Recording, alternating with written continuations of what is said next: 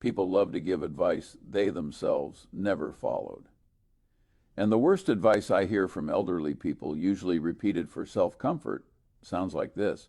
Keep saving after 65. It's the responsible thing to do. Responsible? No, it's self-deception. If you're over 65 and still obsessed with the idea of saving more, you don't need more money, you need a better mindset. Let me be brutally honest, as I always prefer. After 65, the rules of the game change. Most people are too stubborn or too scared to admit it.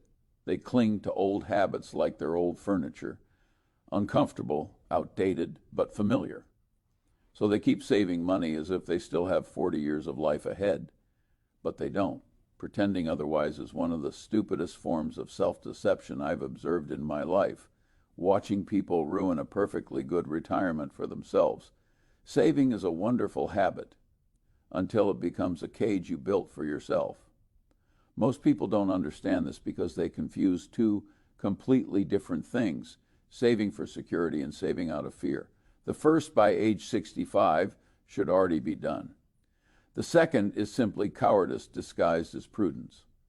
I saw people in the 1980s who worked their whole lives, retired with a sufficient sum, but then acted as if they were one missed paycheck away from starvation.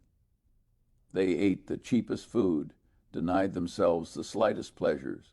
They became the accountants of their own misery. They died with money they never used, and the IRS enjoyed it for them. If you think that's responsible, you are not rational, you are absurd. The goal of saving is to stop saving. Let me tell you something simple that you won't like.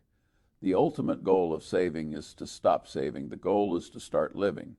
Your money was meant to give you freedom, not to turn you into a frightened bookkeeper counting every penny until you die.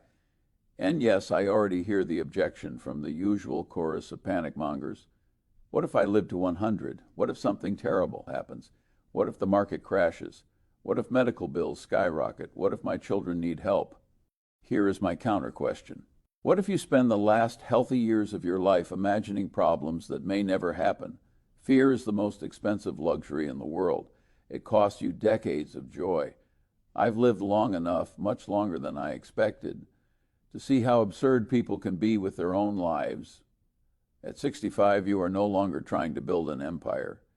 You are trying not to turn your final years into a spreadsheet. Aggressive saving in your 20s is wonderful. In your 30s, it's sensible. In your 40s, it's strategic. In your 50s, it's necessary. After 65, you should be reaping, not sowing. No one plants seeds in late autumn except people who panic at winter and forget how nature works. Habit without thought is slavery. A decade ago, a man asked me if he should continue saving 10% of his income after retirement. I asked him a simpler question. Do you want to die rich or live better?